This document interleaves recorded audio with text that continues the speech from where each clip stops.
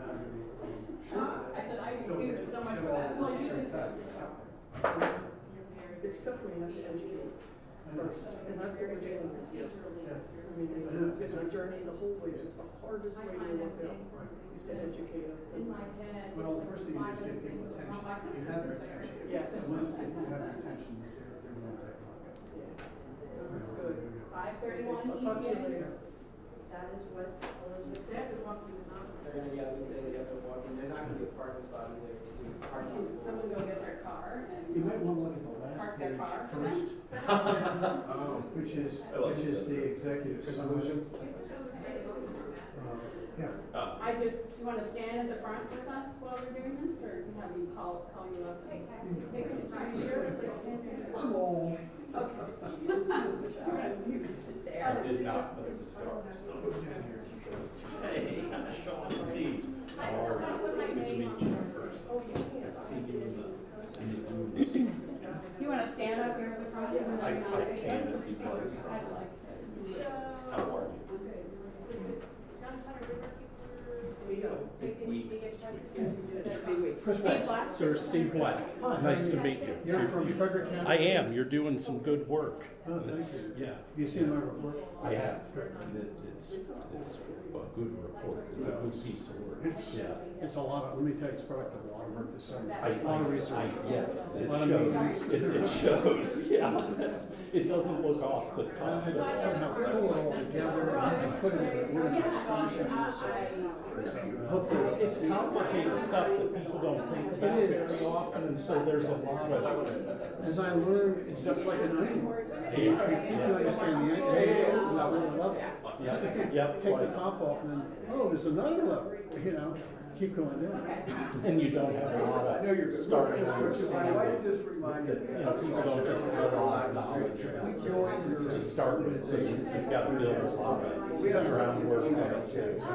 So you got myself speaking my report's beginning to get it. People like you, focus are great, but I haven't gotten it to most of my constituents, and that will come up in the next piece. And that'll get done, and then you have your colleagues in the back, which is Send it another round to each of them, they will all see Yeah. that. I'm beginning to have conversations with them about it, so we'll see. I get the sense that the lay of the land at this year's session is going to be very different than last year. And there's a lot more, people are a lot more dialed in to these problems. So hopefully be more willing to talk about answers. Let's hope. I think the increase in the monthly electrical bills will get the attention. If nothing else does, that will get the attention. Because they know when people start to see these bills starting in June, there's going to be lots of upset. And I'm waiting for some of the normal groups that don't, this is the sort of thing that they keep track of, but everybody. You can take longer. About fixed income. Exactly. Rate payers, and so AARP is not. Yeah, we're talking about more families. I mean, every single house, this is not discriminating. If you're worried about equity and helping poor families, everyone else is going to be the same problem. Oh, it's increased electricity bills, it's regressive, it's a regressive. What's the tax? Exactly. Yeah. About ready? No, I'm supposed to stand in the background, look serious, I don't, yeah.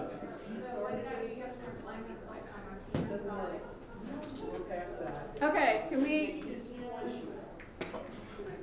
Thank you. Scoot over so you're in the frame. Hmm? You're good.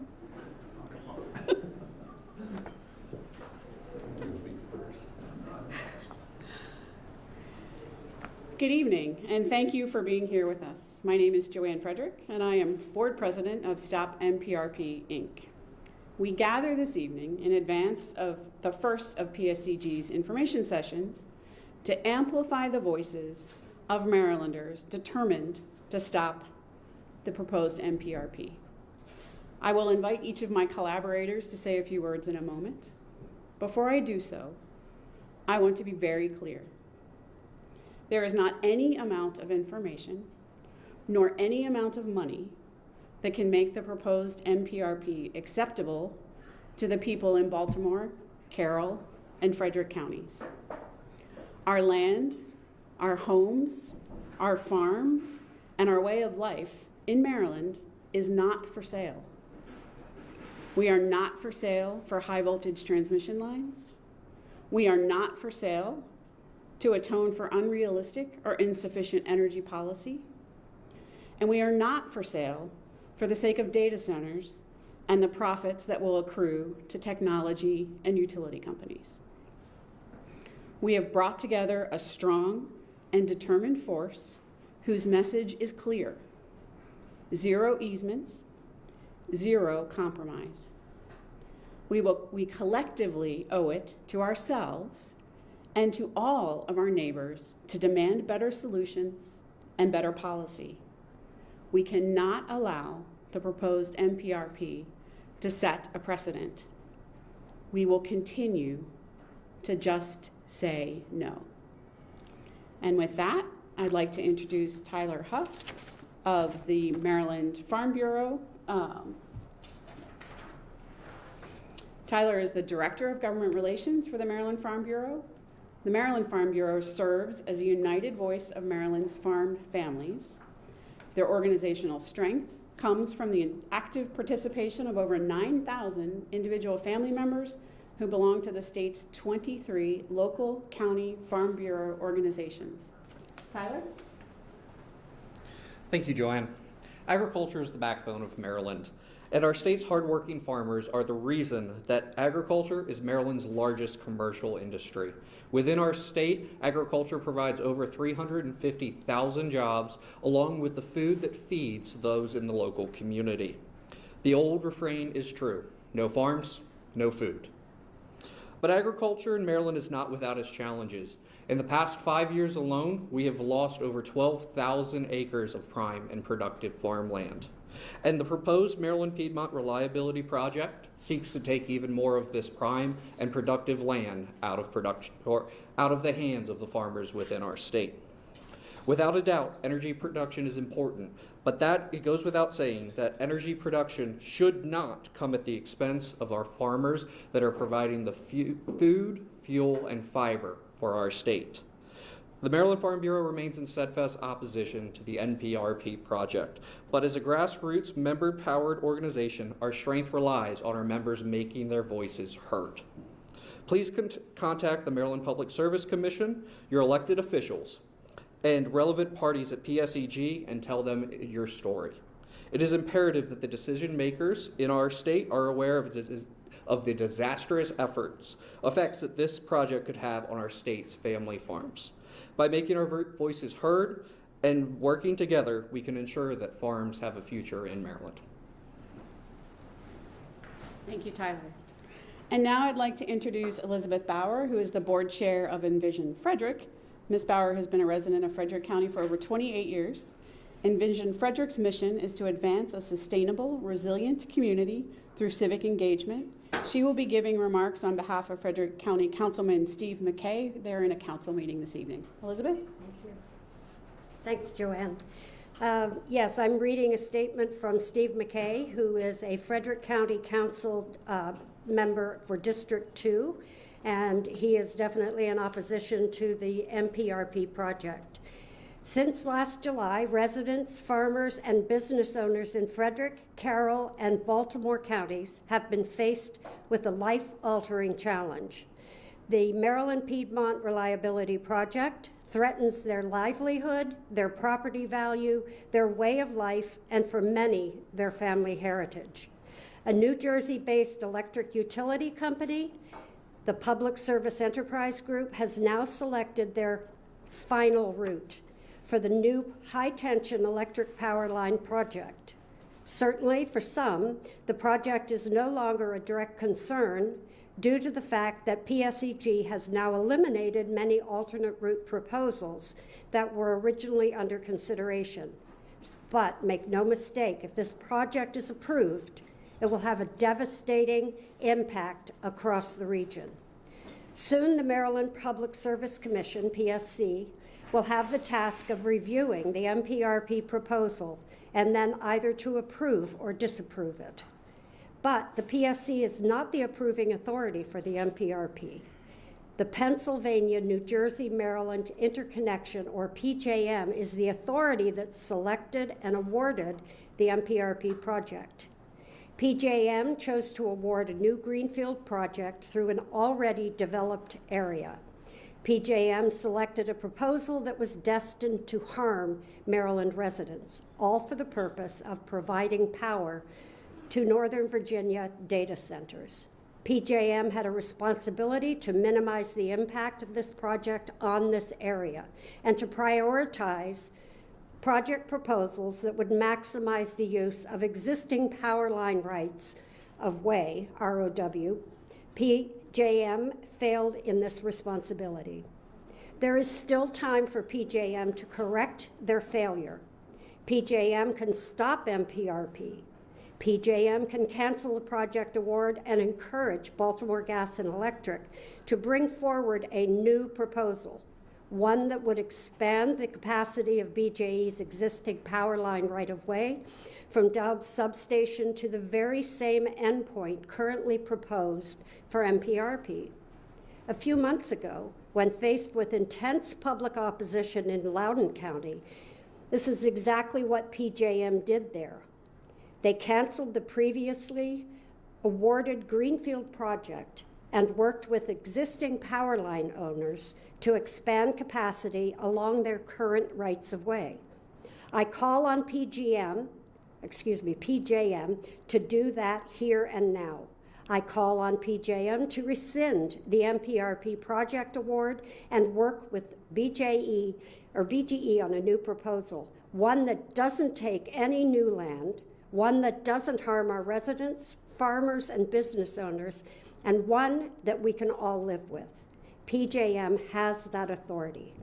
PJM has used that authority before, and it is high time that PJM exercise that authority once more. Thank you. Thank you, Elizabeth, and thank you to County Councilman McKay for those very powerful remarks. And I'd like to now introduce Senator Chris West, who represents District 42, which is both northern Baltimore County and Carroll County. He has served in the Senate since 2018 and currently sits on the Judicial Proceedings Committee. Senator West has been a strong leader and a vocal voice in supporting the bipartisan solutions to stop the MPRP, and we'll hear from Senator West now. Thank you, Joanne, and thank you for your leadership on this effort. It's hard to imagine any organization that has started from scratch that's become as impressive and as powerful as this organization founded by this lady. We all owe her an enormous debt of gratitude. Now, I didn't know anything about this until earlier this summer, and I have made myself into a quick learner. It turns out that there are really two issues here. One issue is this proposed new power line. Another related issue, however, is the fact that the state of Maryland is only generating a fraction of the electricity that it needs. Both problems are related in that they're both, at least in part, and increasingly largely concerned about the growth of data centers. Nobody heard of data centers 5 years ago. All of a sudden, data centers are a huge part of the landscape and are going to transform our lives dramatically unless we do something about them in the near future.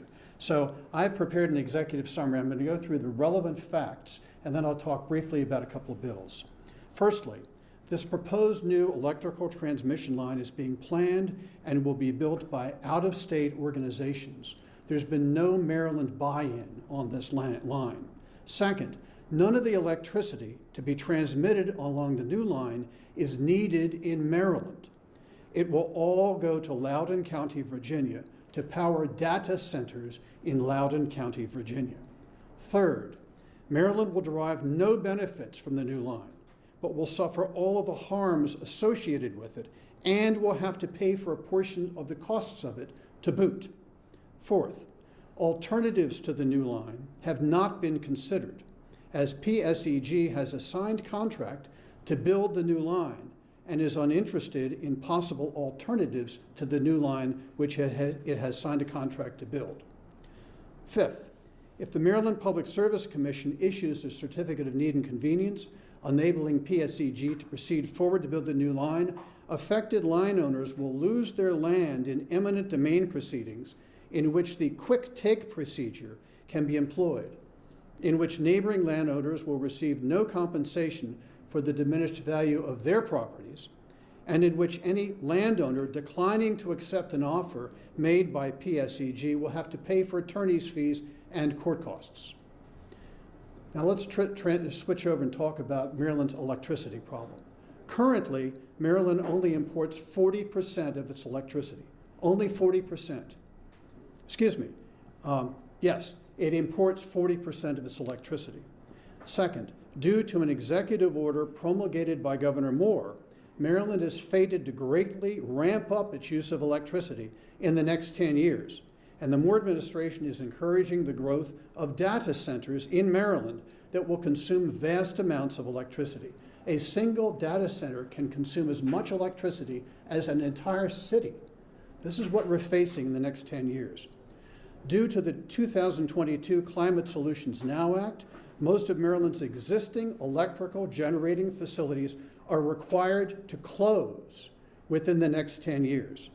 Renewable energy, wind and solar, currently only provides 4% of Maryland's electrical needs. Next, no new nuclear energy facilities are being planned in Maryland. Next, by law, Maryland's utilities, which are best poised to solve our problem with a lack of electrical generating capacity, those utilities are not allowed under the law to own electrical generating facilities.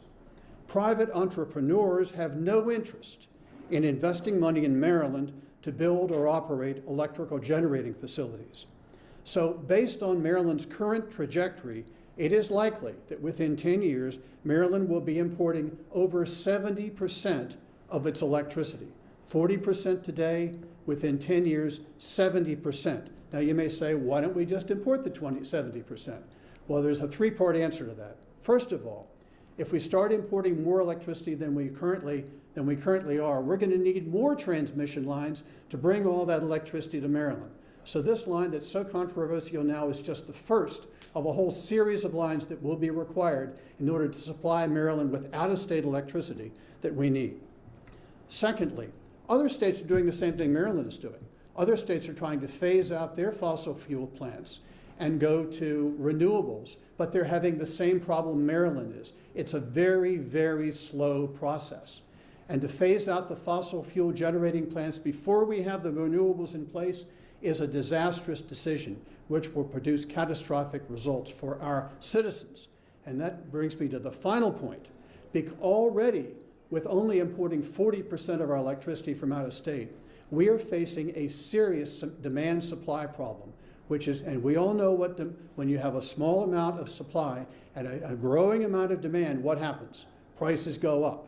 Starting this June 1st, the monthly electrical bills, which amount to an annual electrical bill increase for the typical Maryland family, are going to run between $300 and $432 per family here in Maryland.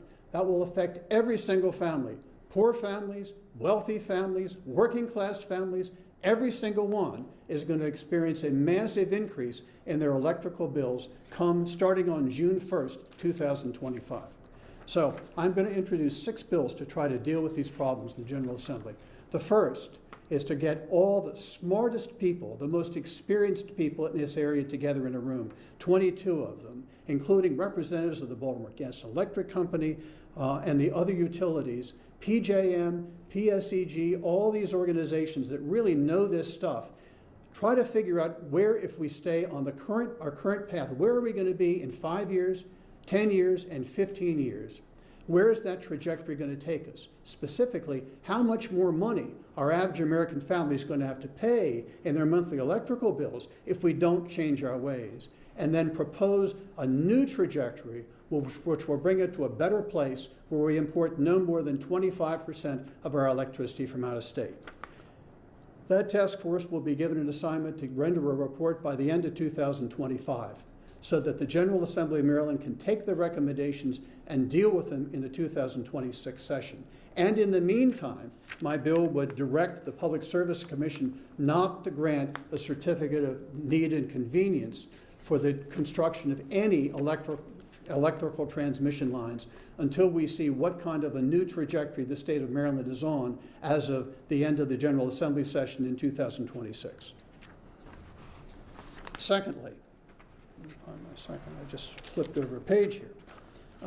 Secondly, the bill would change the law of Maryland to allow our public utilities to actually acquire, construct, and operate electrical generating facilities, which they cannot do right now. They're the ones best poised to solve this problem quickly. There are a bunch of facilities that are being closed down that burn coal and burn oil that could easily be converted to natural gas. Our utilities have the capacity to do that because they control the natural gas lines which run close to those facilities. They could link them up to natural gas, convert the facilities to natural gas facilities quickly so that we can get something done to solve this problem fast rather than waiting a long period of time.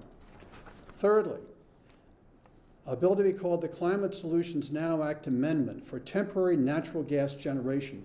At the moment, the Climate Solutions Now Act requires all natural gas facilities to close down. This bill will say, until such time as renewable energy and nuclear energy constitute 50% of the energy that Maryland needs, the natural gas fired generating facilities can continue to operate. Once we get to that 50% level, the Public Service Commission is directed to work with the utilities that are operating the natural gas facilities to slowly ratchet them down to ultimately close, even as the renewables and the nuclear ramps up, so we don't have a situation where we're without electricity here in Maryland. A fourth bill, called the Data Center Energy Independence Act. Any new data center to be built in Maryland that's going to use more than 20 megawatts of electricity will be required to co-locate its own generating facility and generate its own electricity. So it won't be taking it down off of the grid and depriving Maryland residents of the electricity we need in our daily lives. Another bill called the Electrical Grid Optimization and Expansion Act. In the future, when any organization comes in and wants to build a new electrical transmission line, the Public Service Commission is directed to do an elaborate study of all reasonable alternatives to building a new line. How can we optimize the existing transmission resources? And until they approve a new line, they need to do that study and conclude whether or not we really need a new transmission line under the circumstances.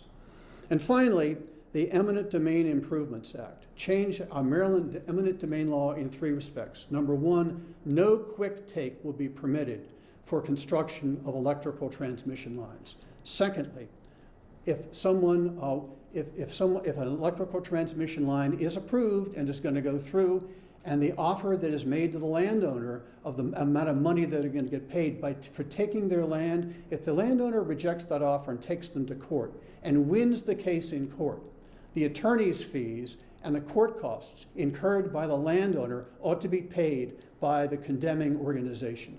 And finally, at the moment, Maryland eminent domain law only applies if your land is being taken.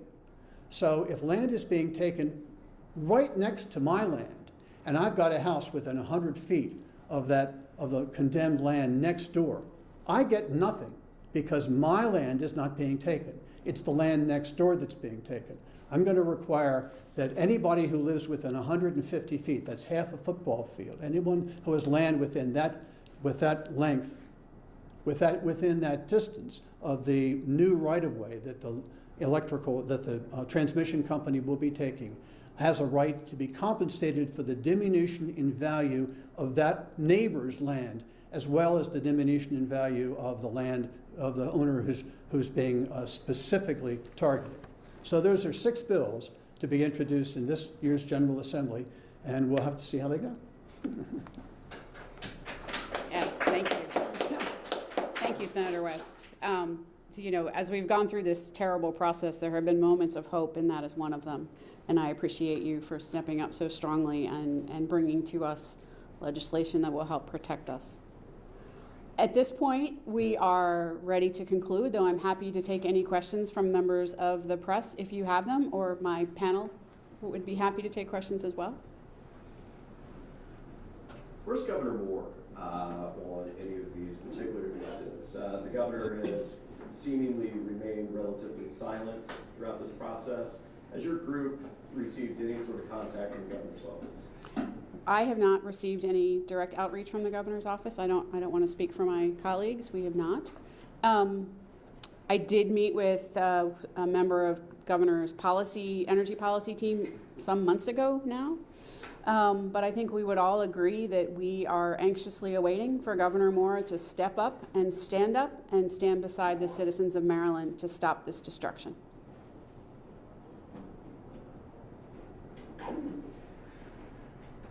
Quick follow-up with Sure. that as well. Politics in Washington have recently changed. The Trump administration has signaled that they are less accepting of green energy projects, and particularly, as the senators mentioned, that has kind of driven projects like the Maryland Piedmont project. Should the federal government get involved, and should regulation change to prohibit this kind of sweeping process that we've seen here? So Gary, any time of transition is always fraught with assumptions and what will and won't happen. The bottom line is we don't know. I would contend that there is reform that could and should happen at the federal level that looks differently at how we hold states accountable for creating their own energy and having resource adequacy, and then look at how we transmit energy from the places that it's generated to the places that it's needed. There are ways to do this better. Of that we are sure, and we call on any elected official to explore those ways and help us implement them in the future. And you're confident there are ways to do it better without taking land or endangering residents? We are confident there are ways to do this without taking land and endangering residents. We have a number of experts, including retired FERC engineers and scientists, that are advising our organization on those ways. I have an email that came in a few hours ago about all the different upgrades that could be made to the existing system in Maryland that would eliminate the need for this project. And again, we owe it to ourselves and to one another to fully explore every single one of those and optimize our existing assets before we take a piece of land from a farmer or a homeowner. Anything else? Okay, thank you all. Thank you very much.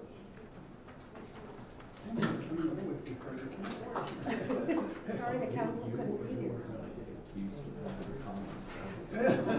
You should watch out. Sorry the council No, couldn't be here. Joey, that's terrific. Thank you. I think we've done in person nice. Thank you. Yeah, I've heard your name float around.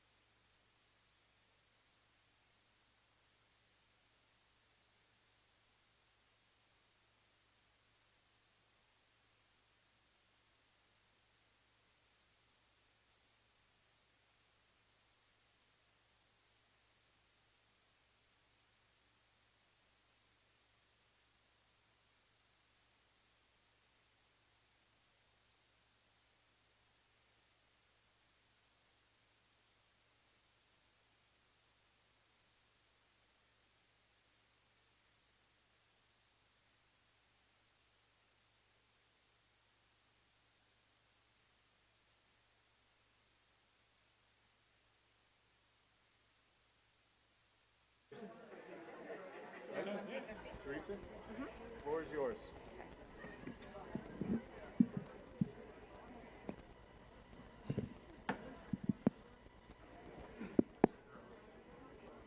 Good evening, everyone. If you could take your seats, we'll get started in a minute.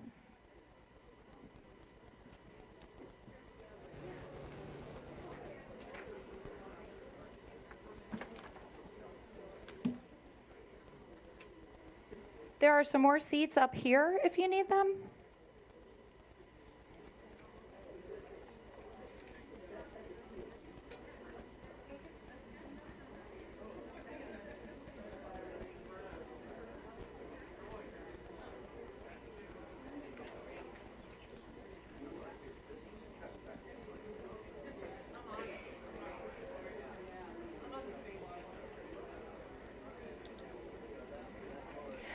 Okay, if everyone can get in their seats, we're going to go ahead and get started.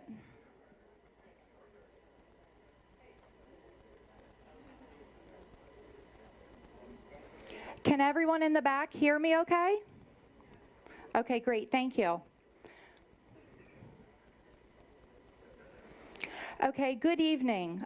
Thank you for joining us for this second set of PSEG-led town hall meetings for the Maryland Piedmont Reliability Project, or the MPRP as it's known.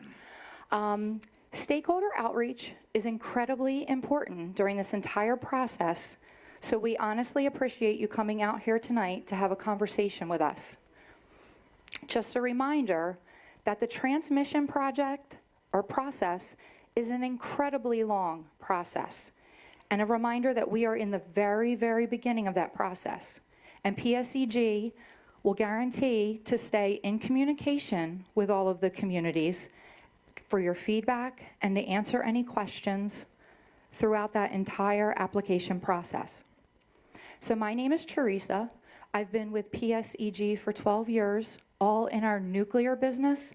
So our Salem and Hope Creek nuclear generators are in South Jersey, specifically in Salem County, and that's where I was born and raised.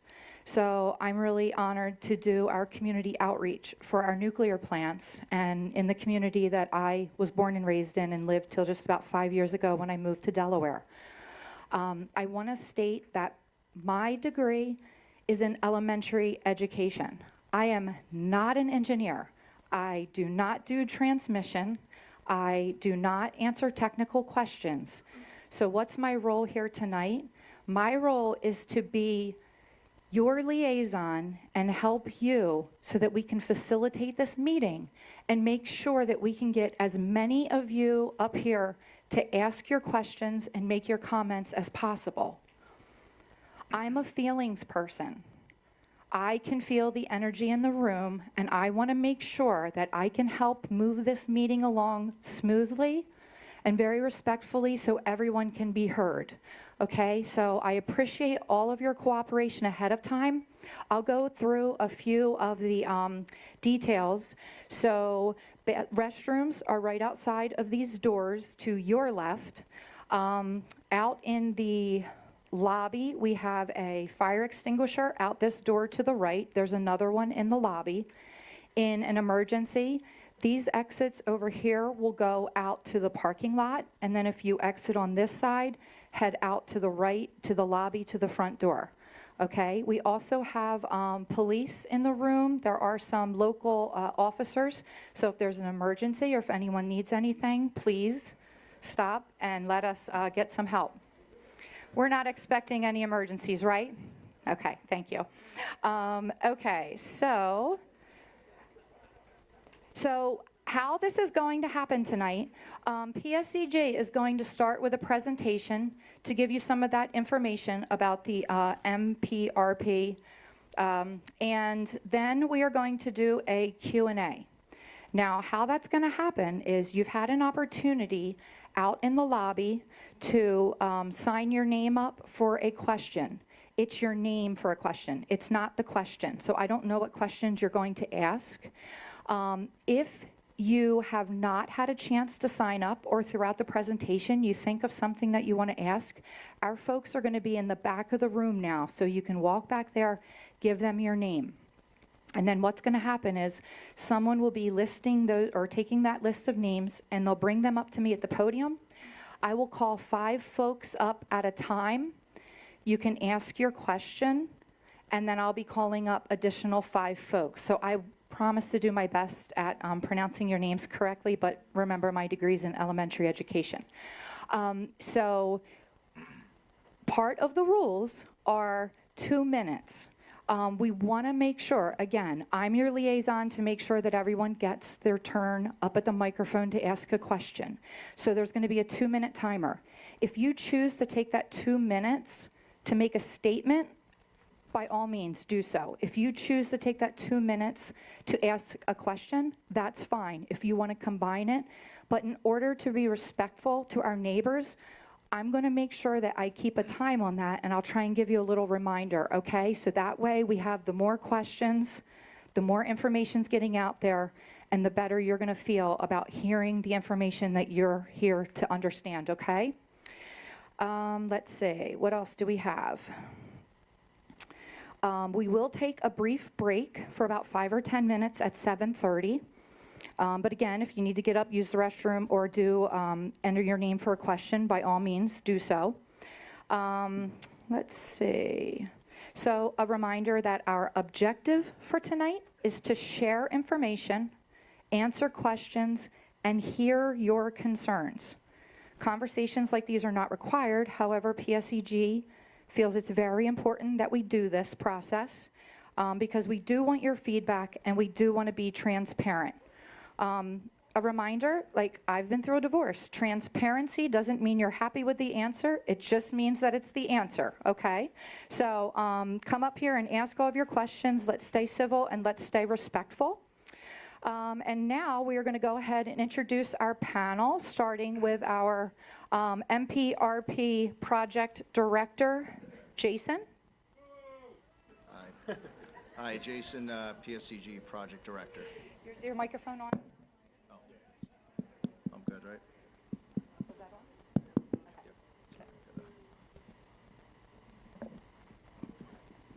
Yep. Michael Case, I'm working with the project team, worked for the company for 33 years in transmission, and now helping out on the project. Michael Case, 33 years with the company, currently helping out on the project.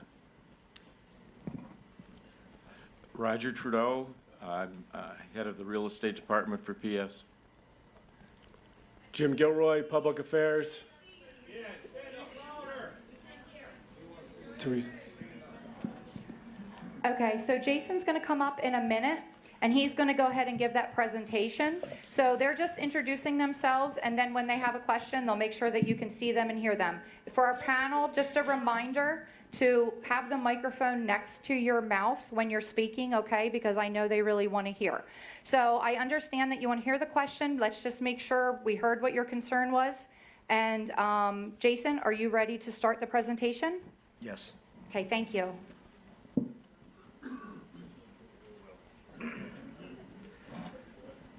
All right, good evening, everyone. Hopefully everyone could hear me and back.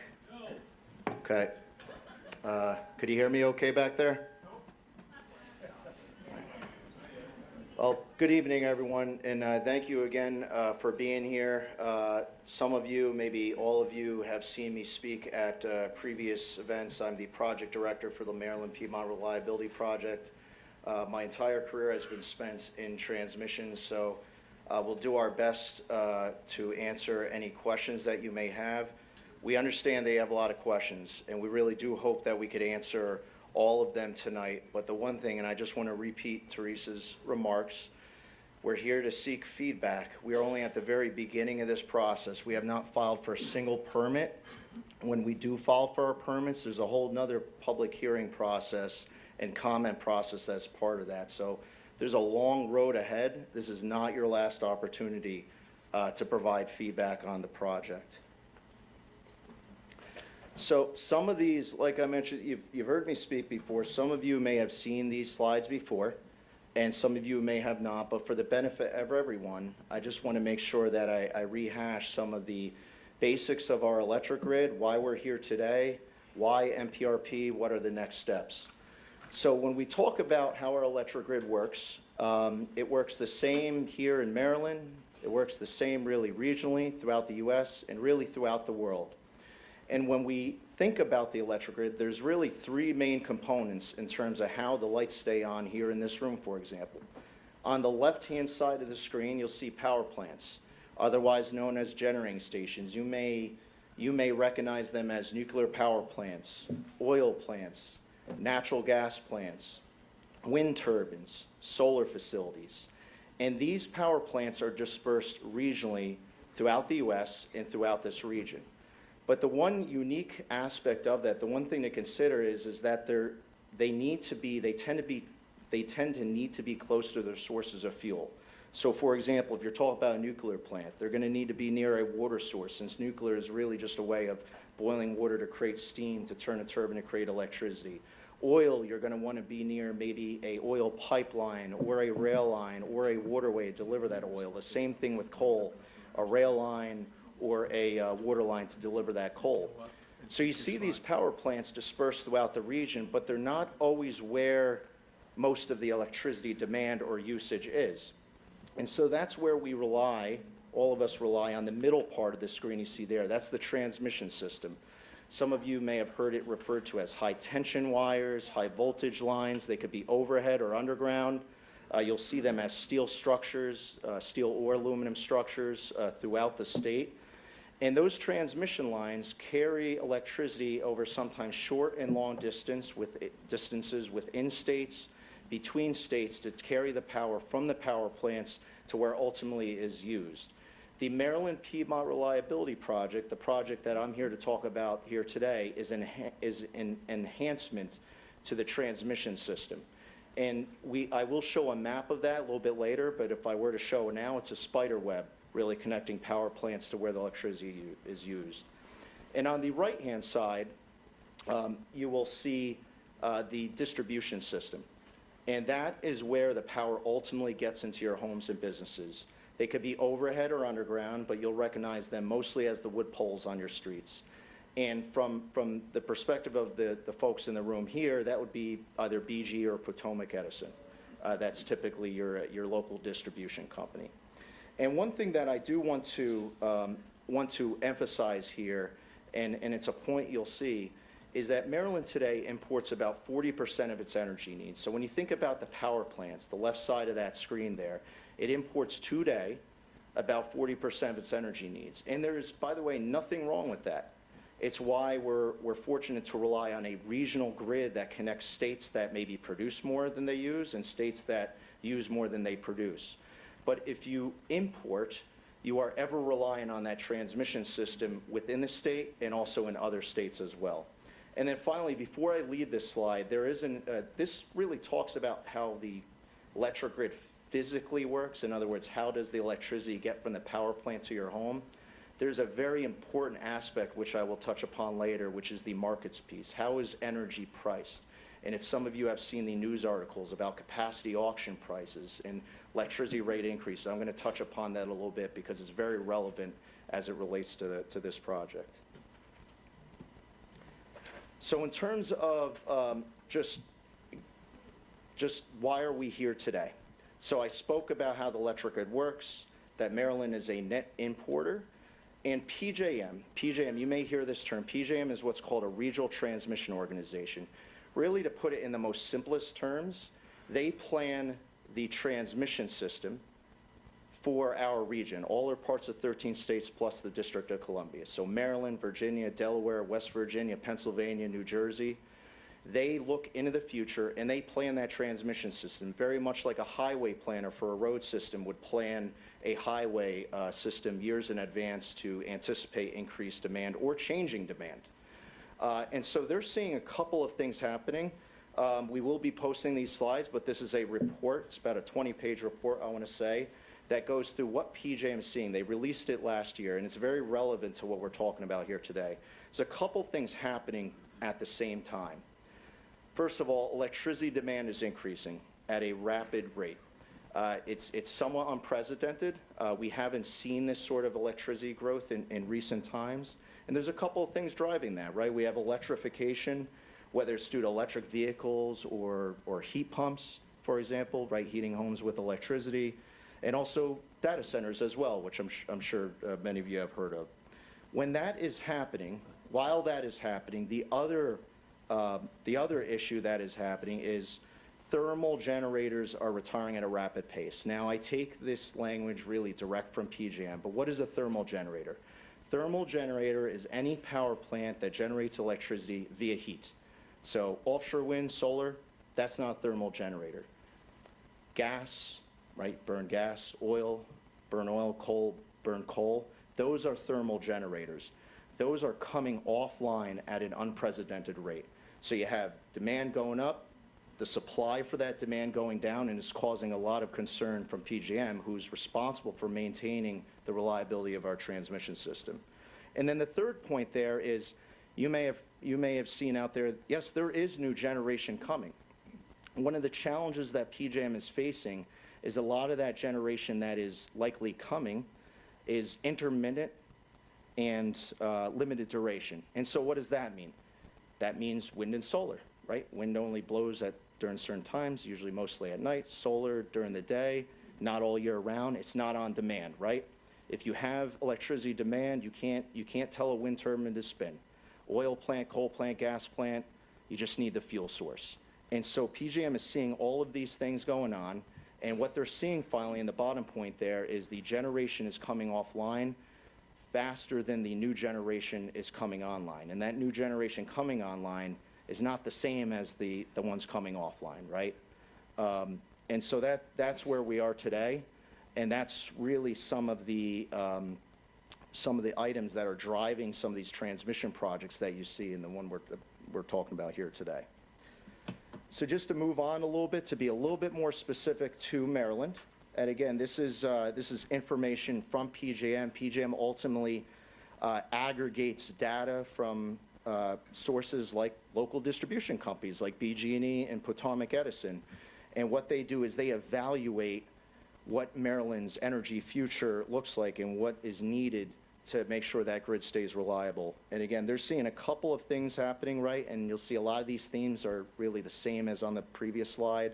Electricity demand is increasing. Generators are retiring at a rapid pace without new generation coming online to replace that. And then, of course, when you look at a state like Maryland that imports a lot of that electricity, some of those issues are only exacerbated.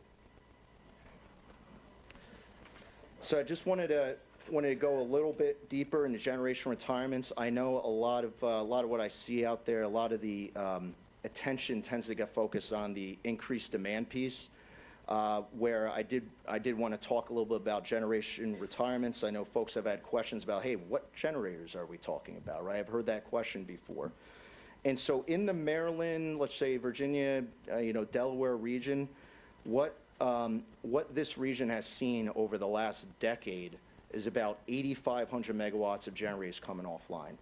And to put that in perspective, just south of here, or a little bit way south of here, there's Calvert Cliffs Nuclear Plant. It's a rather large nuclear facility in Maryland. I think we all recognize nuclear facilities produce a lot of power. Calvert Cliffs is about 1,800 megawatts. So this is just a tremendous amount of power that has come offline. And in terms of future generator retirements, you see a list on the right there. These are generators that basically said, hey, we are coming offline. And that's about 2,800 megawatts, just a massive amount of power. And something that also is relevant and should be considered is all of PJM, in terms of the capacity of PJM generation resources, is just under 200,000 megawatts or 200 gigawatts. So it's a rather large percentage of what the total capacity is for a grid that ultimately serves about 65 million people. So a significant portion of the United States. It's just, I cannot emphasize that enough. This is not a small amount of generation that has come offline. And it's been happening, and it continues to happen. So why MPRP?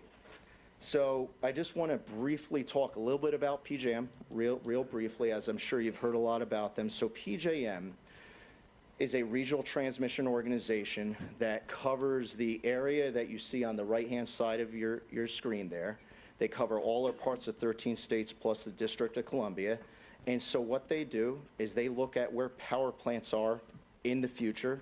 they look at where electricity demand is in the future, and they make sure they plan a transmission system that could handle that, right? Because just like businesses move around, power plants move around, population centers move around, right? Some towns get larger, some get smaller. That demand changes.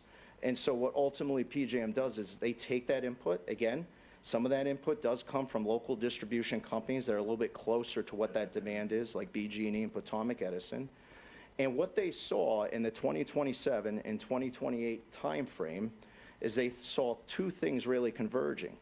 And you've heard me mention this on the previous slides, but I haven't really put numbers to it, is in the 2027-2028 timeframe, they have to account for just over 11,000 megawatts of generators retiring, PJM-wide. Again, a significant amount when you consider the total base is about just under 200,000 megawatts.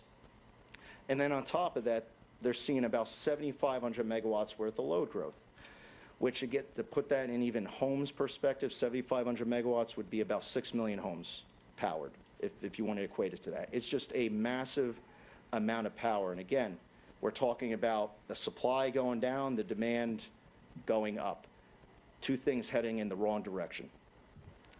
And so one of the issues that Maryland faces, and this is probably best represented by the next slide that I have, is primarily the eastern part of Maryland doesn't really have that much transmission infrastructure. And that's causing some of the issues and driving some of the needs for a project like MPRP. And so I'll get right into that. So what you see here is this is the bulk electric system. And so what do I mean by that? Every line you see in red there is a 500 kV line. Think of that as the Route 70 or Route 95. That's really the backbone of our electric grid. If that doesn't work, nothing else does. That moves power between states, primarily between states, and often within states. And so right in the center where you see BG, right, that's Maryland. We're sitting really between where it says BG and where you see Conestone there. And you'll see that that's where Maryland is. Maryland imports about 40% of its energy needs. And you'll see Pennsylvania just to the north. Pennsylvania is a huge exporter. And one thing that you'll recognize on the screen there is one line, one 500 kV line that really connects that northern to southern region. And what that does is that causes that to be an extremely heavily trafficked corridor. And so any increased electricity demand really causes a lot of issues within that region. What this map doesn't show, though, it doesn't show the underlying grid. I know there's been a lot of questions about, hey, how does the 500 kV system serve me? How's it keeping the lights on in this room, for example? And how does an MPRP project help me keep the lights on in this room as well? And that's really something that I want to try to explain by the next slide here. I apologize, it's a little busy, but it's the best that I could work with.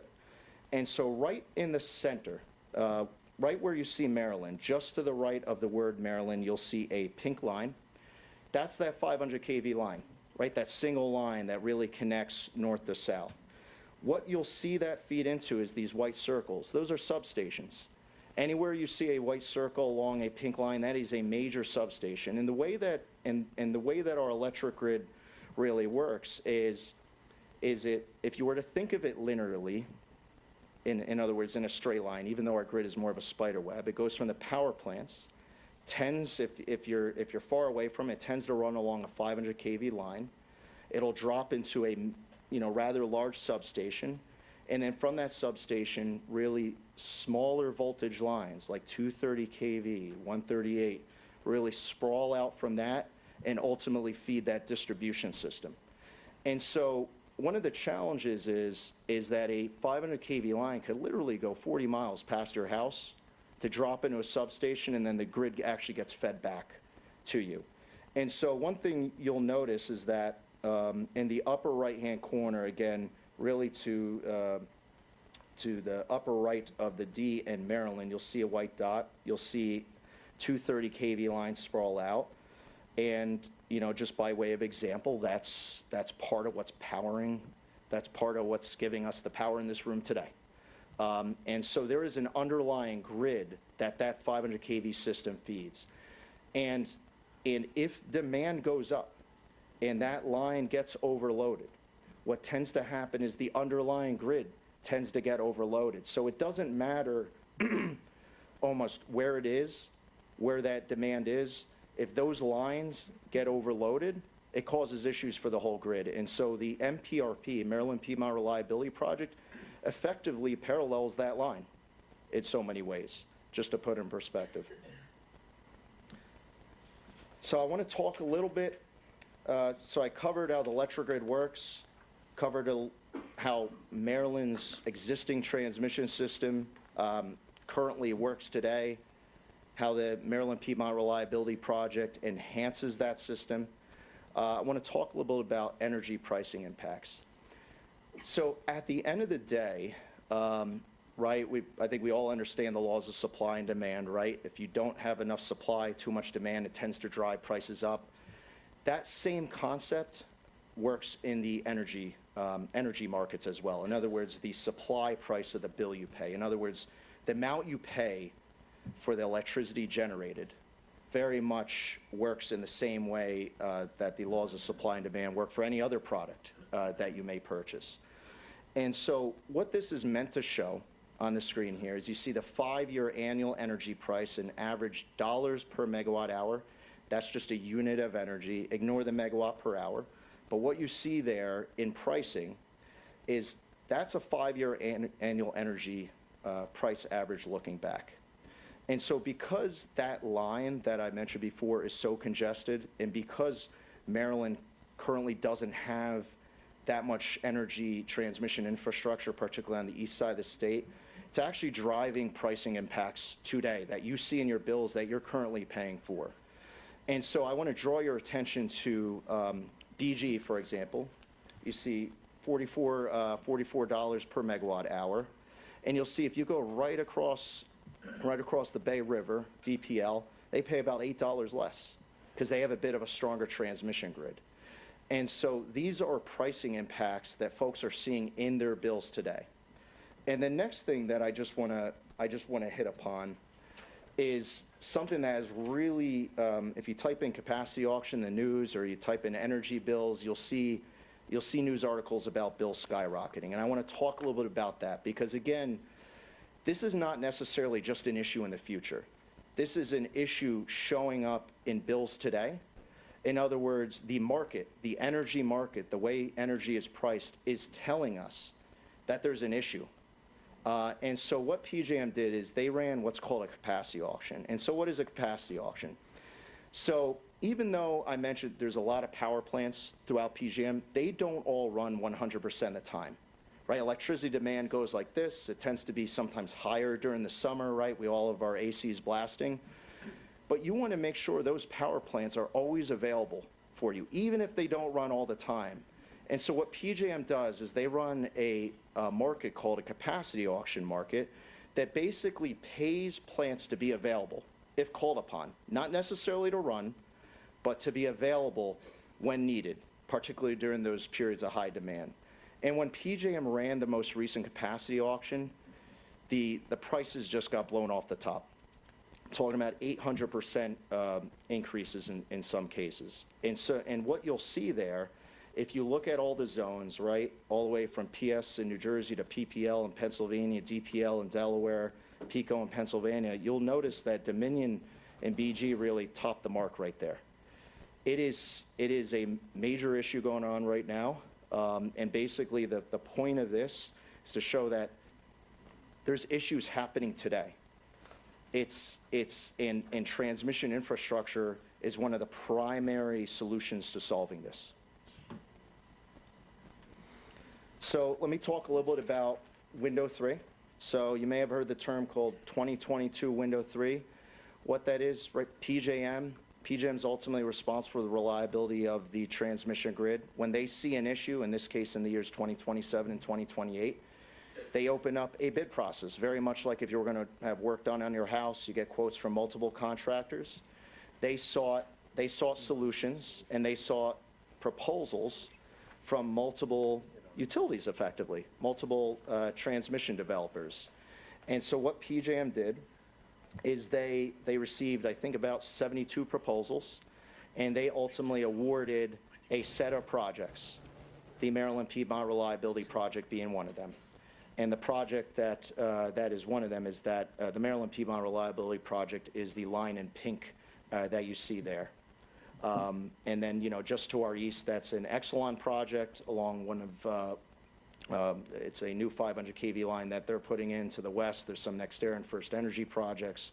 But basically, there's new transmission going or proposed to go in throughout Maryland and the wider region as a result of, again, the 11,000 megawatts of generator retirements combined with 7,500 megawatts worth of load growth.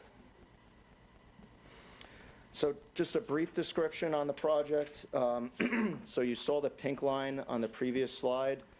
This is proposed to be a 500 kV line. Again, the backbone of our system, if you remember that slide with the red pink lines on it. It's proposed to run from Daub's substation in Frederick County, which is a major substation for Maryland.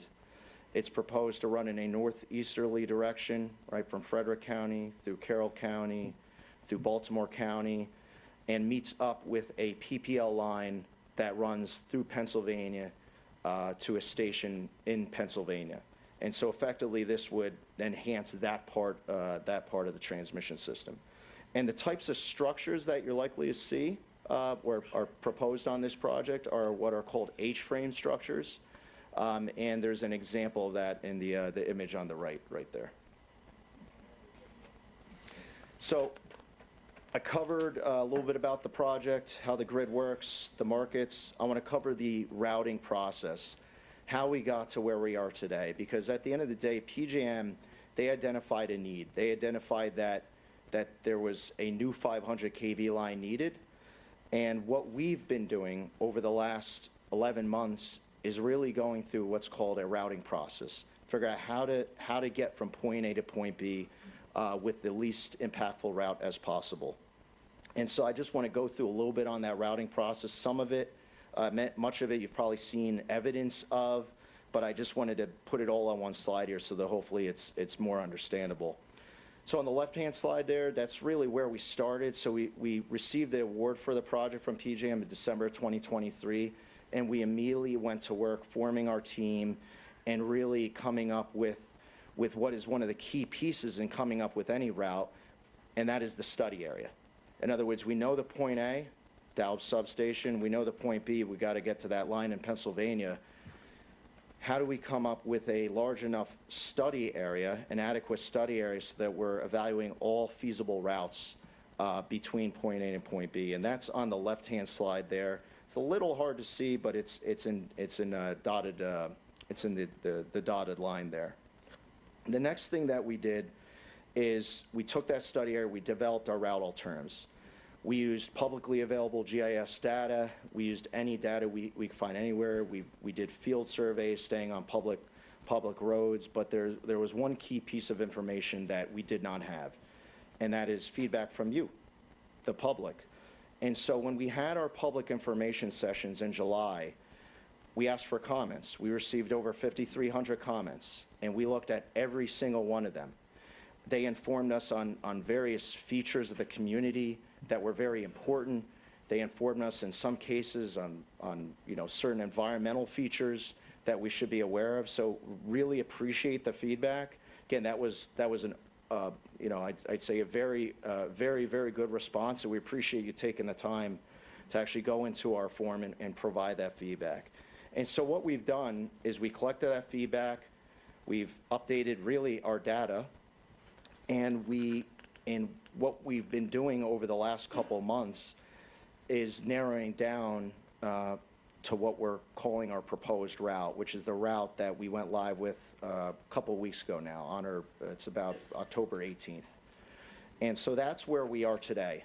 That, based on the data that we have, the input we have, that was the least impactful route, which you may have heard referred to as Route H. And so With that being said, I do have a slide that will go through the timeline, where we are, where we were, where we are today, what we'll be doing going forward. But I'm going to actually pass the mic to Mike to go through a little bit of additional discussion on some of the alternatives that have been discussed. Good evening. My name is Mike Kays. I worked for public service for 33 years, the majority of the time on the transmission side of the business. And I'm helping Jason out and the project team out now with some of the work here. And Jay wanted me to hit on a couple of the topics that have been like kind of the buzz in a lot of the articles and stuff that you're reading about. So we'll hit on them one by one. And I'll try to be brief. People say, well, why don't you just reconduct the existing lines? And there's capacity that you get out of doing that. Our company's done that for many years, where we've taken infrastructure and enhanced the lines. The challenge you have here is that the lines that you're looking at can't really handle the additional capacity. They're designed 50, 60 years ago. A transmission line is an entire system where you're actually suspending the wires in the air, you're insulating it with air, and that tangent just will not support that load that you're trying to do from a reconductoring perspective. Very challenging. Undergrounding a 500 kV line for 70 miles is not practical. The technology for doing that is not even available. The amount of, and also would be very cost prohibitive, 5 to 7 times more than what you're looking at for something like that. So the other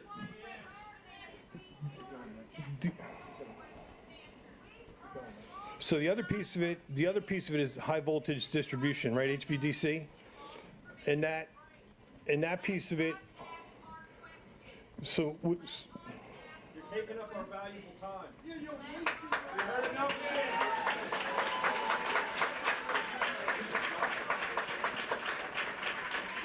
Jim? These are all questions we've received from you guys a number of times, so we wanted to make sure that we address them. We're certainly not wasting time. We're going to take as many questions as we possibly can.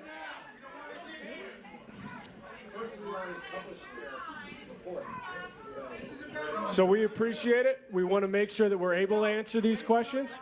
Thank you. So let me hold on a second.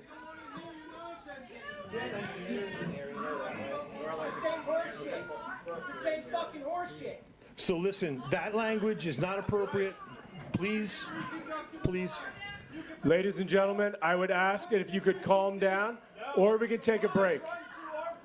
Ladies and gentlemen, again, I would ask that you could either calm down or we could take a quick break. Give us the mic. This is our time. We've heard all this bullshit before. So I'm gonna finish. So I'm gonna finish real, and I'll be brief. I'm gonna finish, and then we'll talk about the real estate process, and we'll keep going. Okay? So we will get to question and answers. The interruption here is not going to help, though, is it? It will be.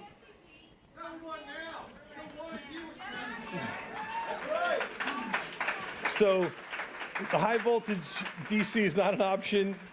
The grid technology in your existing right-of-way is already used. So, sir, you're not being very productive. We're trying to get through. Excuse me. We're really trying to get through this. So, as we had mentioned before, I know, and I want to hear your questions. However, we mentioned that before we were going to be respectfully asking questions. Earlier in July, when folks came to the public meeting, they said, we want you to do a presentation to get through the specific questions. So now we have until 8:30. If you'd like to take time, we'll take 5 minutes and we'll be back. Are you ready to go? Logan, get the mic out. Ready? Call him up. hold on. Logan, Okay. hold up. We gotta talk. Okay. We're going to take some questions. Can you? Thank you. Check 1, 2.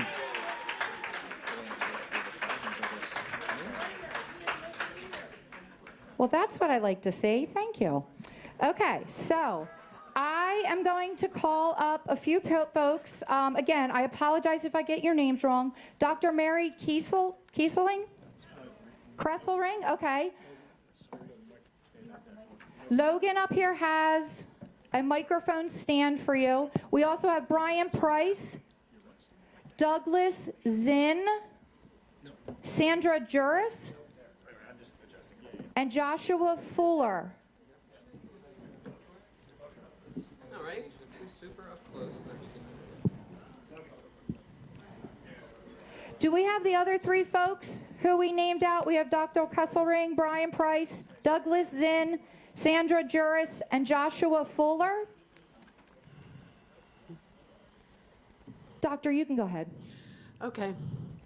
In the Bible, it says, "What you do for the least of these, you do for me."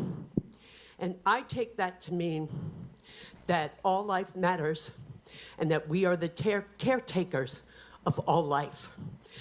And what you guys are proposing is to cut off not just the wildlife, the squirrels and rabbits and deer and the monarch butterflies and the bald eagles, but also the life in water as well, and the plants, and the human life that you are ruining by taking away all these farms and farmland in this whole area.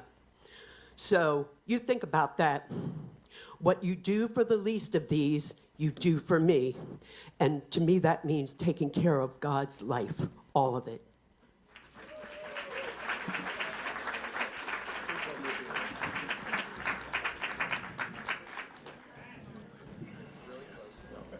Hi, my name is Sandra Juris, and I'd like to know if you can take away the farms that have already committed to being farmland in our preservation program.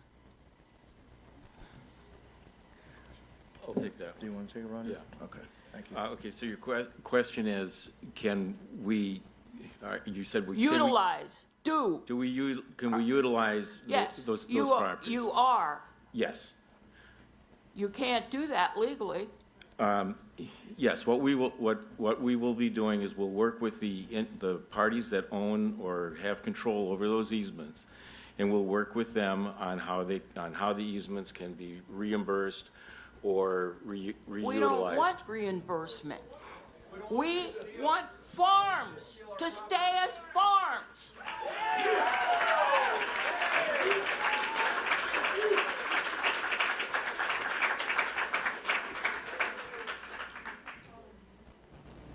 Sir, are you Mr. Zinn? Yes, I am. Okay, Brian Price and Joshua Fuller, last chance to come up. I don't see anyone else coming up. And then if we could please have Jeremy Myers, Jackie Vaughn, Adam White, Weta Stoker, and Rebecca Sparks. Hello, my name is Douglas Zinn, and I have several questions.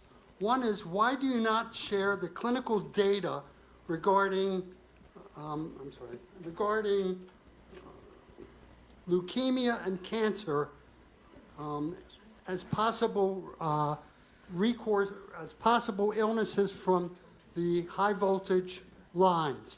You make no mention of it.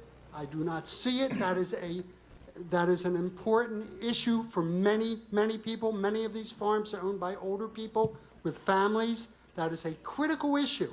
And it's not decidedly true in the data so far, but that doesn't mean it isn't possible. And there have been many studies that reflect that it is hurting people.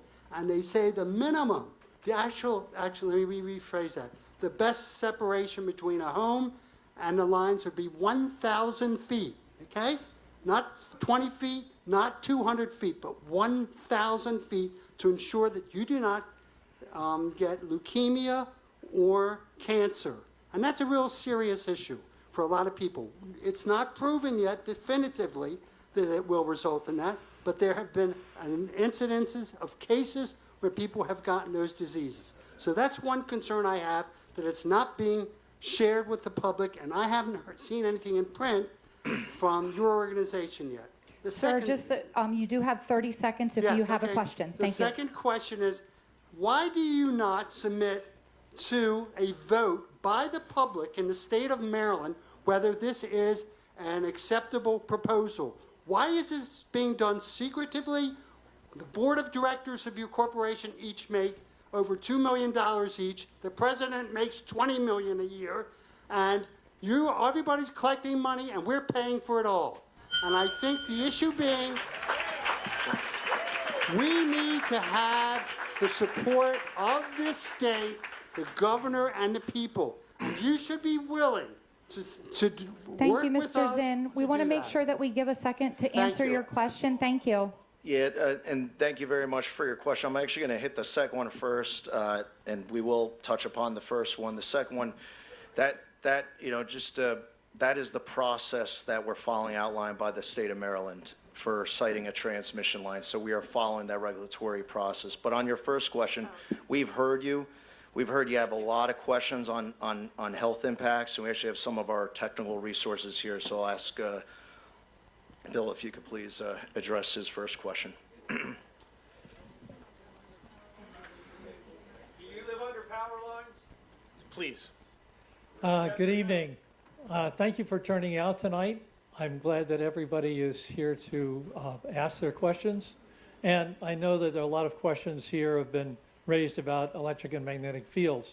My background is research in the field of bioelectromagnetics. For the last 35 years, I've been looking at interactions between electric and magnetic fields and organisms, including people. I trained at the City University of New York, Rockefeller University, and the University of Chicago. And because of my background and experience, I've been served as an advisor to many national and international agencies, some state agencies and cities as well. So the research is on electric and magnetic fields from power lines and all of our appliances in our homes has been going on for the last 40 years. There have been many national and international health and scientific agencies that have examined the research and issued reports on this. Over the years, we're talking about dozens of organizations that have issued these reports. Today, none of these organizations have concluded that electric and magnetic fields at the levels that we encounter in our everyday environment, including underneath transmission lines, are a cause of any adverse health effect. Now, this research, for example, the National Cancer Institute, the National Institute of Environmental Health Studies, had a program back in the late 1980s in which they allocated $65 million to answer this question. At the end of that research period, they concluded that there was not enough evidence to indicate that, in fact, that there is any health effect associated with exposure to these fields. Now, since then, many other studies have been done, and a gentleman mentioned, for instance, concern about childhood leukemia.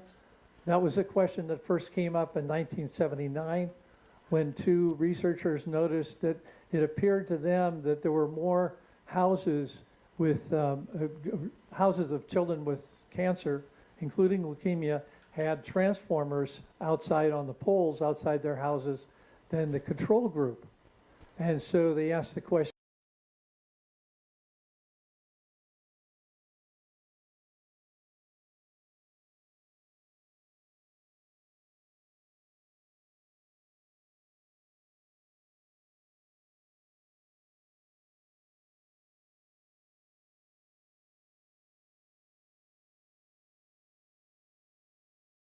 to have the disease. If they see a difference, then they know that there might be some reason to study it further. So I'm telling you what the bottom line is of all of these agencies. You can go online. I suggest you go to each of these agencies, World Health Organization, National Cancer Institute, and read for yourself.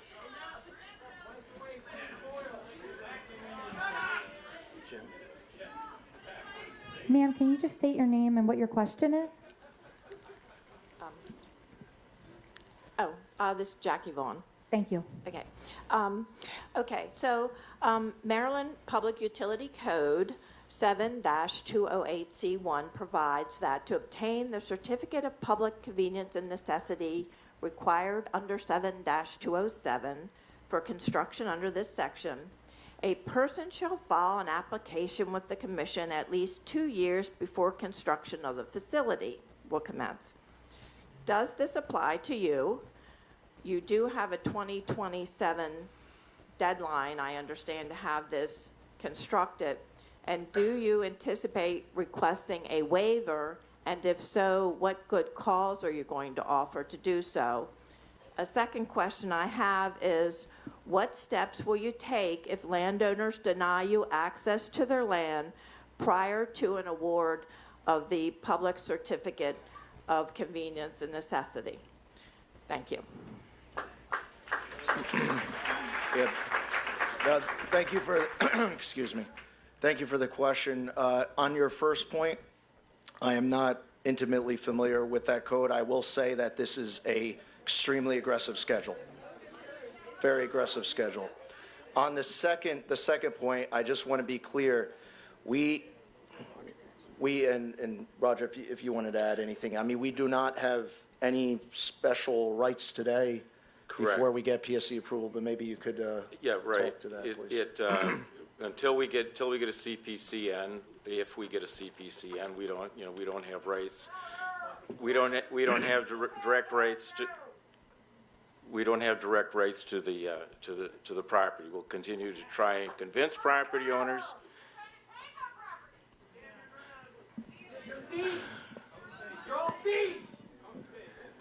Ladies and gentlemen, we've done a number of these. We have not dealt with this type of engagement before. We would ask that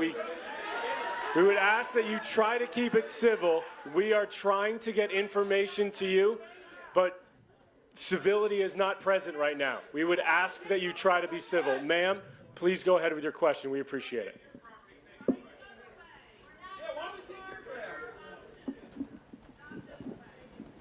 Oh, I will. I will. Don't start timing yet. But what everybody has said, same presentation, same stuff that you did at Hereford High School, that you went over to the Hereford Fire Hall. We were expecting a presentation, and it was walk-around stations. Now, I'm here to speak for farms. I spoke at Hereford. You are tearing up the livelihood of a lot of farmers in Baltimore County, Carroll and Frederick. Where do you think we're going to be buying our food?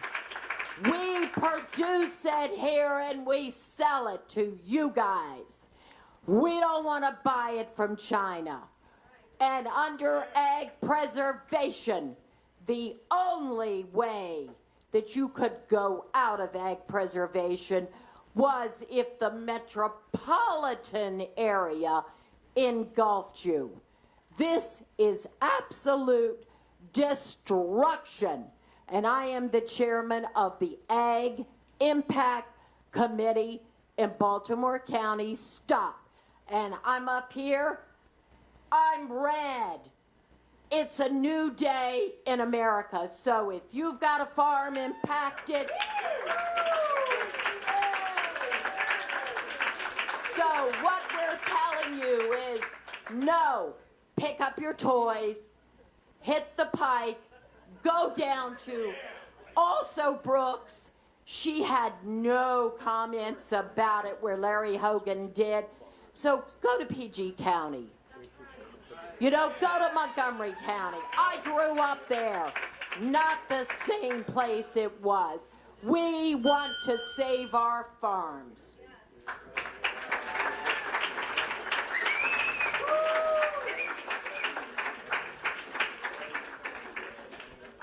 Sir, can you just give us your name when you come up so I can mark you off? All right. Okay. Yeah, my name's Jeremy Myers. Thank you. I was going to start with a yes or no question to begin with. So is the size of your infrastructure packet, portfolio and assets directly linked to your stock price? Is the size of your infrastructure portfolio and your assets directly correlated with your stock price? I don't know the answer to that, and I don't think we can answer that on stage. Directly correlate. Every search on the internet says it is. Okay, so Okay. yeah, I'm not in finance. So every search And on these the guys are internet engineers. says it is. Okay. All right, so yes, right off the bat, we're going to deny it. You know the truth, but you want to deny it. Okay, so right there's the problem. Grow and build. You're incentivized to grow and build over land management, efficiency, and innovation.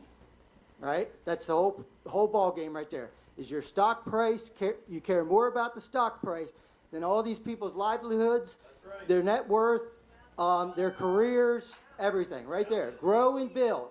We're in 2024.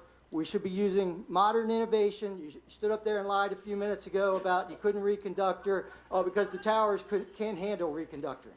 Oh, really? Every reconductoring project, they don't tear the towers down. They just hang new wires. So right there, grow and build is your incentive. All right? That impacts your stock price, and that's the whole ball game here. Is you didn't even look at innovation. You didn't even look at efficiency. You have no concern about land management because grow and build is the goal of utility companies.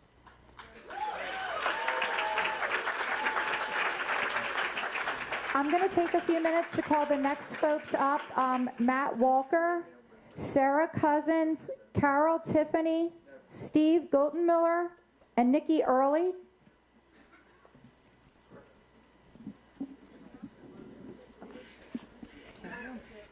Hi, my name is Rebecca. I'm a Maryland Master Naturalist.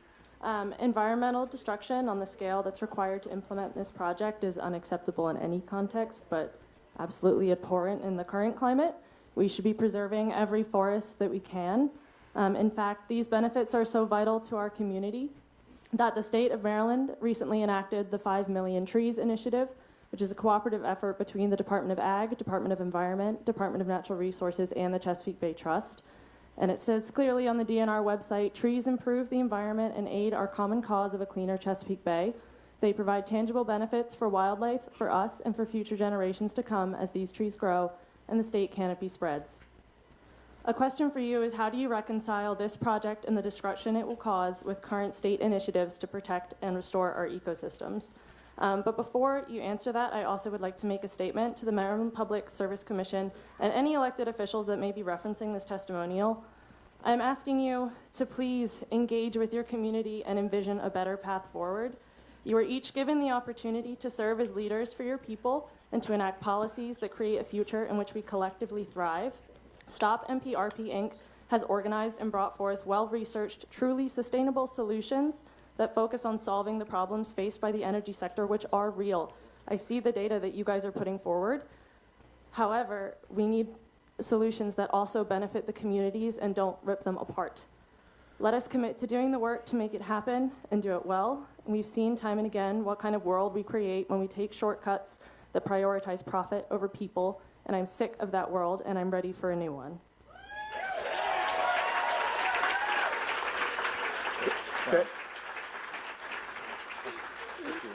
Thank you, Rebecca. Great question. Just quickly on the environment. So that's, we're not a utility in the state of Maryland, right? So we don't have those rights yet. But once the application goes in, right, that's when we start to work with your elected officials on what type of replacement there is, right? So like, you knock down a tree because you have to build it right away. What do you do to mitigate that? Jason, anything to? No, it's just that is, I understand there's impacts naturally to any transmission line. Those are permits. When you talk about forests and other things that we will absolutely file for, and we will work with those agencies on any mitigation that's required. But that is, we're very early in the process. We have not filed for any of those. We haven't filed for any permits, actually. So just to be, excuse me. In order to hear Rebecca's question and answer hers, I hope we're all respectful. Please, now you're interrupting the person answering the question, just to put things in perspective.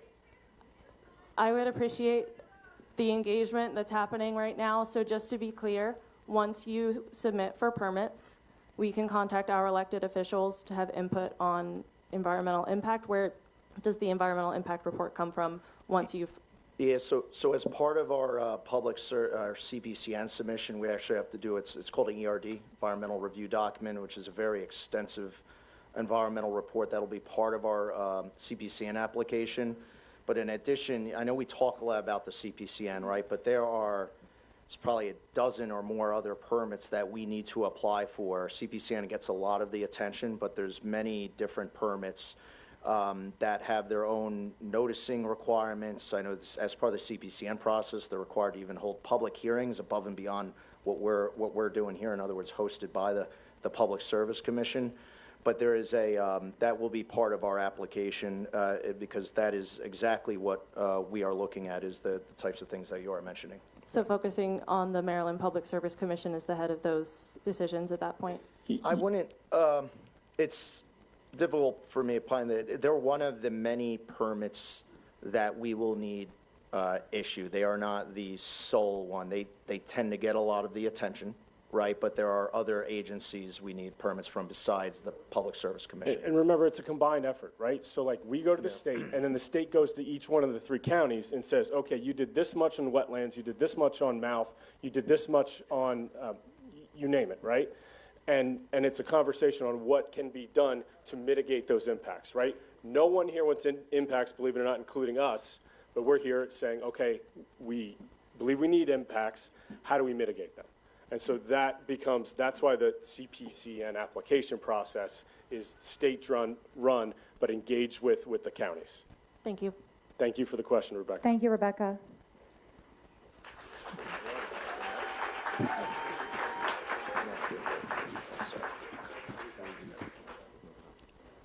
Hello. Yeah, God bless everyone who came out tonight. Sir, can you just state your name so I can mark you off the list? My name is Adam White. Thank you. I'm reading from one of the slides from your presentation. One of the bullet points says, "There is no debate. Maryland needs energy infrastructure." And interestingly enough, you credited yourself with that quote. so it says -PJM. So could you maybe add another quote on that slide that from everyone in this room that says, yes, there should be a debate, and maybe energy efficiency and conservation should be part of the debate. I'm sure you don't want it to be, but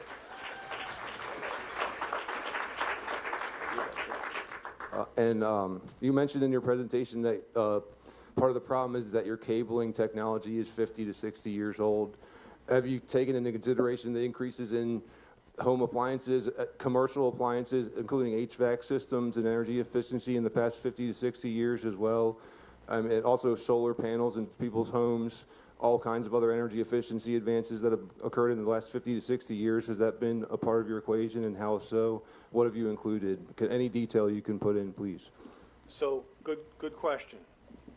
When you look at how the process actually works, your local distribution companies that you get your power from, the BG&Es and the Potomac Electric companies, actually put in a load forecast. And that's based on consumer behavior, both consumers of residential, commercial, and, all those put into that load forecast. So public service does not generate the load forecast for the line. We actually put in a solution to a problem that was identified by the Regional Transmission Expansion Plan at PJM.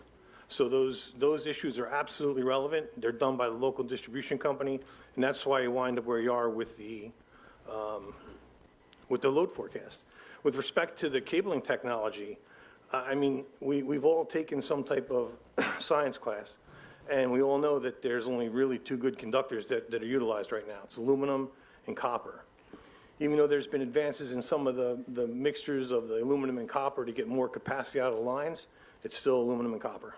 I mean, I don't think we're debating that that technology has improved. I'm saying, have you taken into consideration all the other advances in every other technology, like HVAC systems in the past 50 to 60 years, that have become 90 to 95% more efficient, most likely, if not greater? Have you taken that into your equation, So in your load equation? like I tried to explain, And how so?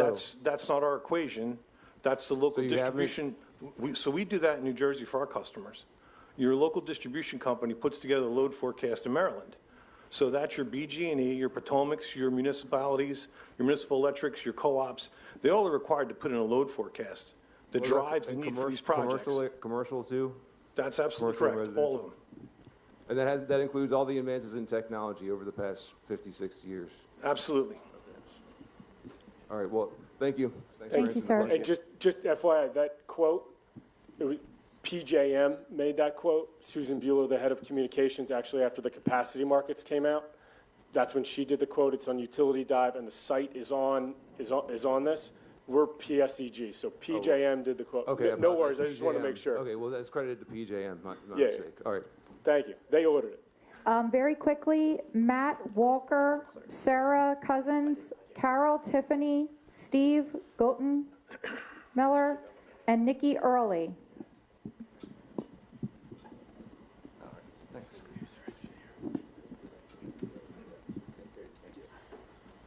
Thanks for your time, gentlemen. I'll be brief. Sir, make sure you speak into the mic. Yeah, I'll be brief. Just out of curiosity, any MIT, Stanford, UC Berkeley graduates on the panel? I'm a University of Baltimore dropout, so don't feel bad. Sir, can you just state your name, please? Matthew Walker. Thank you, sir. So, to mention Berkeley, UC Berkeley studies and others have stated that reconductoring and carbon fiber, which is a new thing besides copper and steel. Sir, can you make sure you're in the microphone so everyone can hear? Yes. So UC Berkeley studies, amongst others, have stated reconductoring and carbon fiber lines, known as GETs to the federal government and FERC, can double capacity at half the cost in a fraction of the time. Have you considered this factor? I mean, on existing lines, on existing what I will tell you right-of-ways. is this. It's So been we done in provided, California, excuse me, Texas, are you going to Nevada. let me answer the question? Sure. Thank you. So be perfectly honest with you. So you, sir? I'm listening. We don't own the existing transmission lines, right? They're owned by the utility companies that, it's either BG&E, it's First Energy, Potomac Edison. They would be the companies that would look at the possibility of reconductoring those lines. We provided a solution to PJM for an issue on the grid. We gave them a solutions model. We gave them what we consider to be a turnkey for the process. What you're exactly talking about is being done by these companies through the Window 3 projects. They're either repurposing the existing transmission lines, they're rebuilding them, wrecking and rebuilding them, or they're increasing the capacity on them. So that's all being done as part of the process to make sure you guys have safe, reliable energy. Then why aren't we doing that on our existing right-of-ways and lines we have in place now, as Texas, California, and Nevada have? And Europe, not to mention Europe. I'm 20 telling you, years. the projects that are in Window 3 are repurposing these existing right-of-ways and are utilizing some of that technology. We are not doing that. As the local distribution companies, Exelon, First Energy, they own the lines. That is absolutely part of the solution for Maryland to work on these lines to upgrade them. Okay, let me ask you something. This plan was conceived in 2022? The model, the 5-year planning model was put out in 2022, and the solutions we provided were based on that planning model. So 2 years before 3 Mile Island is being recommissioned, before Amazon has decided to build, or Google is going to build their own SMRs. The future, Joe Dominguez, are you guys familiar with him at all? CEO of Constellation Energy. He said in his Bloomberg interview, nuclear, he said there is no other option. They're going to be building the SMRs. It's like you're expanding the Pony Express 5 years after the telegraph was invented. I'm sorry, but you're talking about copper and aluminum and steel cables and saying that's all there is.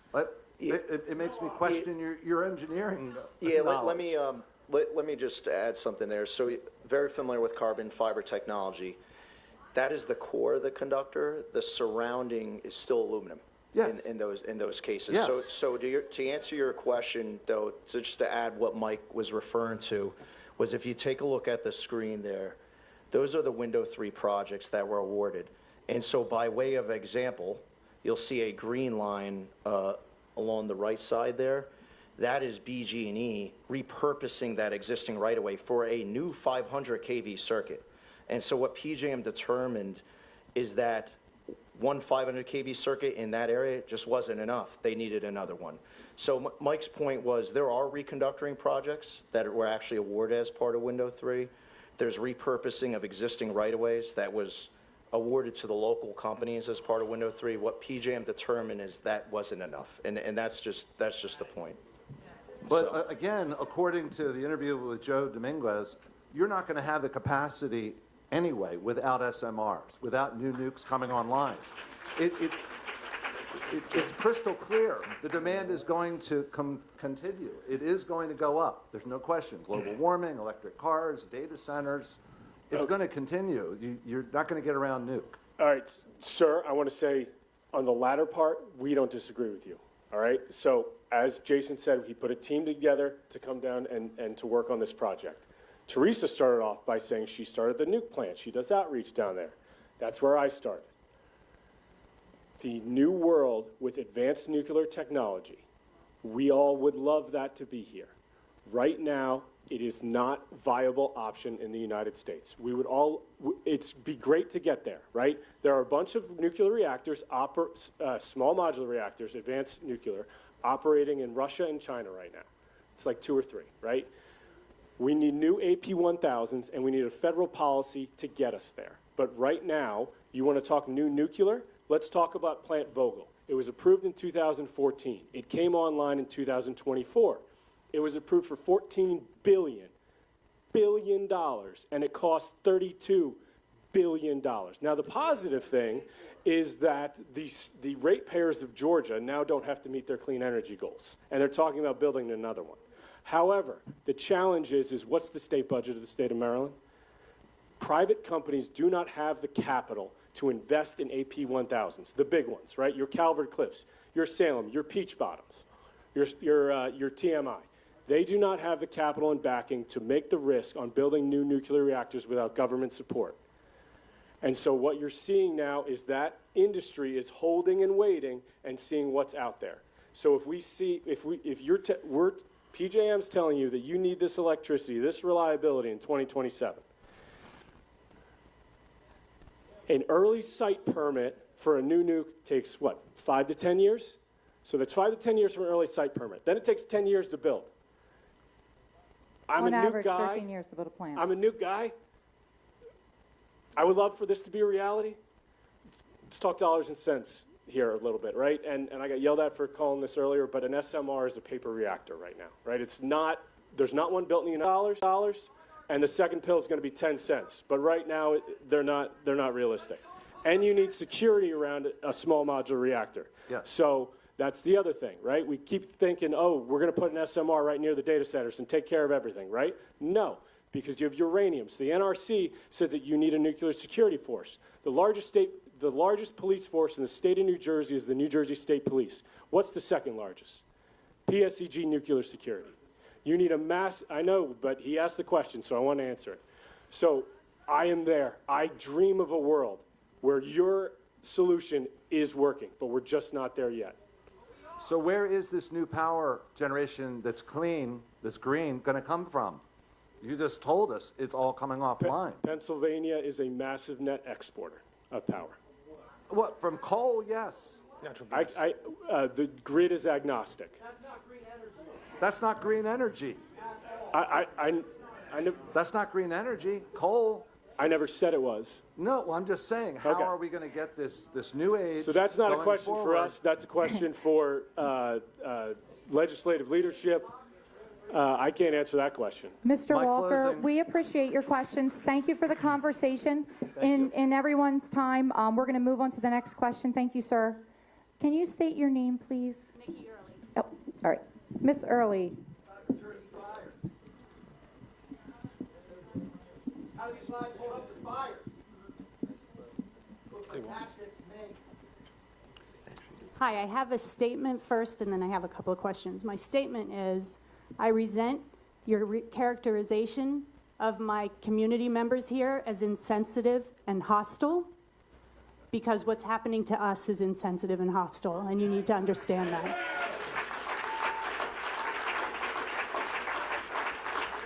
My first question is while I was sitting here waiting for this to start and listening to your, first of all, I want to say, isn't it nice to be able to hear questions? We're educating you, you're educating us, instead of hearing the same thing that we've heard over and over again. Very frustrating.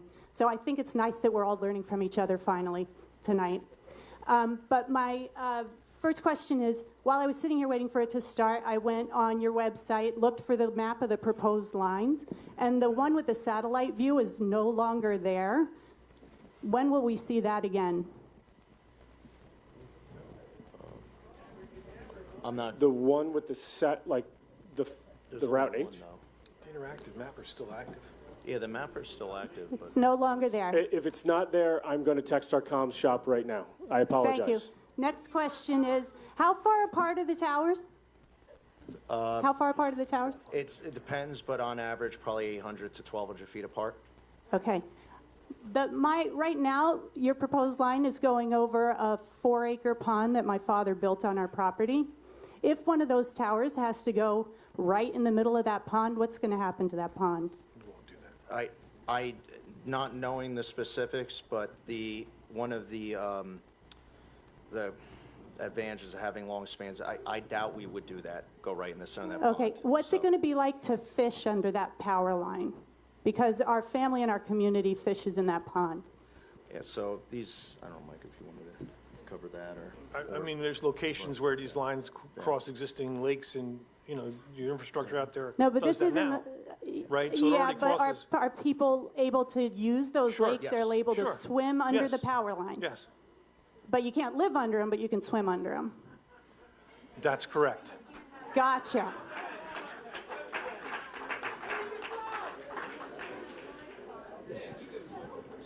All right, go ahead. I just want to say you're right, Nikki. I'm Yeah. texting my comm shop. Okay, good, because it's nice to see exactly where your land is going to be impacted. But just want to remind everyone here, if you guys haven't seen me at other meetings, that this is the second home that our family might be losing to eminent domain because of something like this. So be careful if your property is taken, where you buy again, because it could be taken a second time.